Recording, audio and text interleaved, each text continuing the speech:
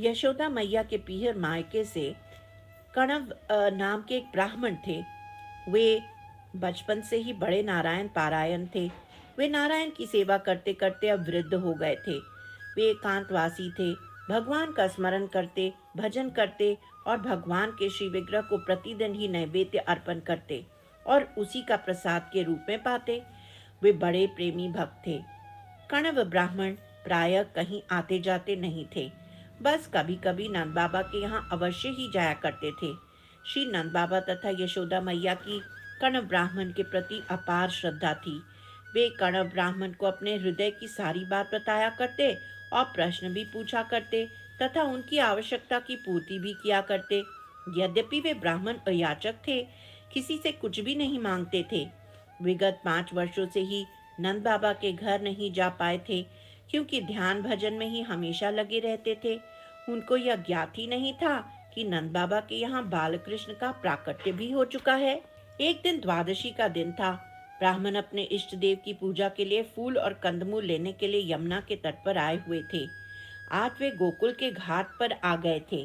कुछ ग्वालिन वहां पानी भरने को आई हुई थी और वे आपस में श्री कृष्ण की बाल लीलाओं का वर्णन कर रही थी। अब गोकुल में केवल बाल कृष्ण की ही चर्चा होती थी, अन्य वार्ता नहीं होती थी। आज उनके ऊपर भगवान श्री कृष्ण की विशेष कृपा हुई। यद्यपि कण्व ब्राह्मण किसी दूसरे की बात नहीं सुनते थे, इनका मन इधर उधर तो बिल्कुल भी नहीं जाता था, पर भगवान कृष्ण की बात से इनके कान उधर चले गए और गोपियों की बातें बड़ी ही ध्यान से सुनने लगे। इनको बातें अच्छी लगी तो गोपांगनाओं के पास आकर बोले, माताओं, तुम किसकी बात कर रही हो?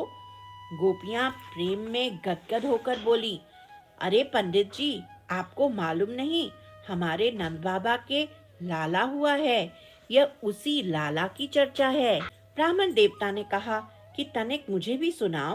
गोपियां नंदलाल की लीलाएं सुनाने लगी। कथा सुनते सुनते ब्राह्मण देवता यमुना के तीर पर ही समाधिस्थ हो गए। सब भूल गए और नंद बाबा के लाला की मूर्ति उनकी समाधि में ही प्रकट हो गई। अब कौन फूल चुने और कौन ले जाए। वहां पर झोली रख दी और मानो जैसे कोई मशीन यंत्र ले जा रही हो, इस प्रकार से यंत्र चालित होकर ये व्रजपुर गोकुल की ओर स्वतः ही चल पड़े। जैसे ही इन्होंने गोकुल की सीमा में प्रवेश किया कि इनको तो दिव्य अनुभूति होने लगी। ये तो मानो एक अनिर्वचनीय देश दिव्य गोकुल में आ गए। ये वहां की अद्भुत दिव्य शोभा को देखते हुए एवं आनंदित हुए होते हुए प्रवेश किए। यहाँ आकर जब नंद बाबा के द्वार पर पहुंचे तो पहरेदार ने पहचान लिया, क्योंकि ये पहले भी कई बार आ चुके थे। प्रहरियों ने निवेदन किया, महाराज, ब्रजेश्वर श्री नंदराय तो अंदर हैं, आप अंदर पधारिए। उन्हें अंदर ले गए। जब से बालकृष्ण का प्राकट्य हुआ था, तब से ब्रजेश्वर अंतपुर में अधिक रहने लगे थे। पहले तो बाहर दरबार में अधिक बैठा करते थे, परंतु आजकल अंदर ही अधिक रहते थे।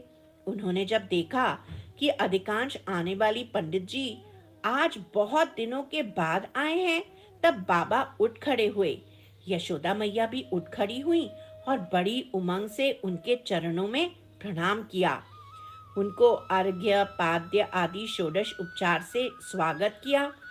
जल की झारी लेकर उनके चरण प्रक्षालन किए और घर के भीतर ऊंचे आसन पर बैठा दिया। ब्रजरानी की तो एक ही आदत थी कि कोई भी आए उनसे आशीर्वाद लेना है। कन्हैया तो खेल रहे थे। बोली, तनिक शीघ्र चलो पंडित जी, आशीर्वाद लेना है। कन्हैया तो खेल रहे थे। पंडित जी आए हैं। खेल से छुड़ाकर लाई और अपने आंचल से नीलमणि श्री कृष्ण के मुख को पोंछा और श्री अंग की धूली झाड़ी, अलकावली को सुधार दिया और लाकर जल्दी से ब्राह्मण देवता के चरणों में डाल दिया। ब्राह्मण को दिव्य अनुभूति हुई। ब्राह्मण ने सोचा, अरे, क्या मैं स्वप्न देख रहा हूँ? जिसका मैं ध्यान करता था वह तो यही दिख रहा है। जो स्वरूप मैं ध्यान में देखा करता हूँ, यह प्रत्यक्ष इनमें देखने लगा है। ब्राह्मण चकित से हो गए। बड़ी कठिनाई से अपने को संभाला। ब्राह्मण ने सोचा कि नंद बाबा क्या कहेंगे कि बूढ़े पंडित जी महाराज क्या कुछ भांग पीकर आ गए हैं। थोड़ी देर के बाद पंडित जी प्रकृतिस्थ हो गए होकर के बोले, नंद राय, हमने सुना था कि तुम्हारा पुत्र हो गया है। नारायण ने आपके ऊपर बहुत बड़ी कृपा की है। वास्तव में हम उस बालक को देखने और आशीर्वाद देने के लिए ही आए हैं। नंद बाबा बड़े प्रसन्न हो गए कि आशीर्वाद देने पंडित जी स्वयं पधारे हैं। ब्रजराज और ब्रजरानी के नेत्रों में आनंद के आंसू आ गए।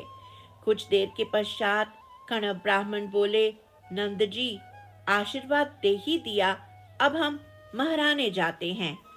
जब वे जाने के लिए उठने लगे तब ब्रजरानी ने उनके पैर पकड़ लिए और बोली, महाराज, ऐसे ही बिना भोजन के जाएंगे आप?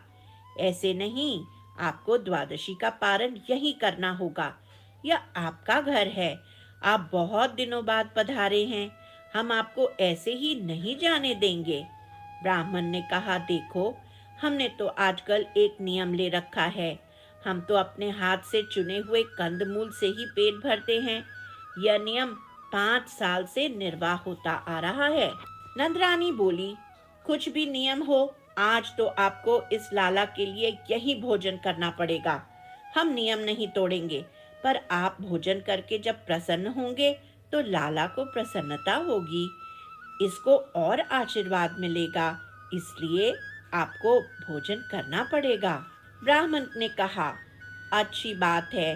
देखो, हमारे लिए यमुना का शुद्ध जल चाहिए। कोई नहाकर पानी लावे। तुम तो रात दिन बच्चों को गोद में रखती हो। तब ब्रजरानी नहा धोकर स्वयं ही यमुना जल ले आई। ब्राह्मण बोले, रसोई कहाँ बनावे? यशोदा रानी बोली, गौशाला शुद्ध स्थान है। गौशाला में एक स्थान को गोबर से लीप पोत कर मार्जित किया। सोने के कलश में जल भरकर लाई। सारे नवीन पात्र रख दिए और पद्मिनी गाय का दूध खीर बनाने को रखा। कटोरी में कर्पूर, चीनी, घी, इलायची, लौंग, केसर इत्यादि सब सामग्री भी रख दी और भी अन्य सामग्री रख दी। सुगंधित काष्ठ रखा और बोली, आप चंदन की लकड़ी से रसोई बनाओ। कण्व जी बोले, अच्छी बात है। उनकी दशा बड़ी ही विचित्र थी। उनको ब्राह्मणत्व बार बार उनकी शुद्धि का स्मरण दिला रहा था। भूख लगी ही थी, रसोई कैसे बनावें? उनका चित्त बार बार बालक पर ही चला जा रहा था। यदि बालक खेलता हुआ आ जाए तो सब सामग्री अशुद्ध हो जाए और न आए तो रहा न जाए। रसोई कैसे बनावें? बड़ी मुश्किल हो गई थी। वे बोले, यशोदा, एक काम करो, बाल कृष्ण को यहीं पास में खेलने दो। यशोदा बोली, आप रसोई बना लीजिए, बाद में बालक को ले आऊंगी। तब ब्राह्मण बोले, उसे यहीं पास में खेलने दो और तुम भी उसके पास ही बैठ जाओ।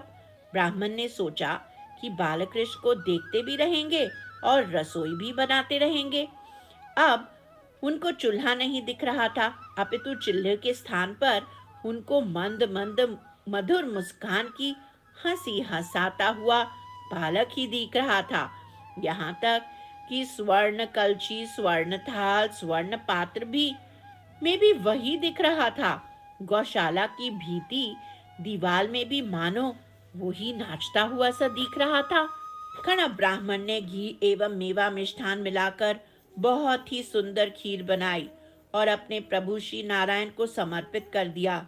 वे प्रेम पूर्वक नेत्र बंद करके भगवान का ध्यान करने लगे। जब उन्होंने प्रार्थना करने के पश्चात नेत्र खोले तो देखा कि बाल कृष्ण खीर खाए जा रहे हैं। ब्राह्मण ने यशोदा रानी को पुकारा, अरे यशोदे, देखो तो सही, अपने लाला की करनी तो देख लो, इसने तो सारी रसोई झूठी कर दी। यशोदा रानी ने हाथ जोड़कर बहुत विनती की और फिर से बहुत सा घी, दूध, मधु आदि खीर बनाने की सामग्री पुनः मंगाई और ब्राह्मण से फिर से रसोई करने का निवेदन किया। इसके पश्चात यशोदा मैया लाला कृष्ण से बोली, अरे श्याम, तुम इतनी शरारत क्यों कर रहे हो? बार बार ब्राह्मण देवता को क्यों खिजाए जा रहे हो? इन्हें तंग न करो। श्री बाल कृष्ण लाल की जय। श्री गोकुल धाम की जय।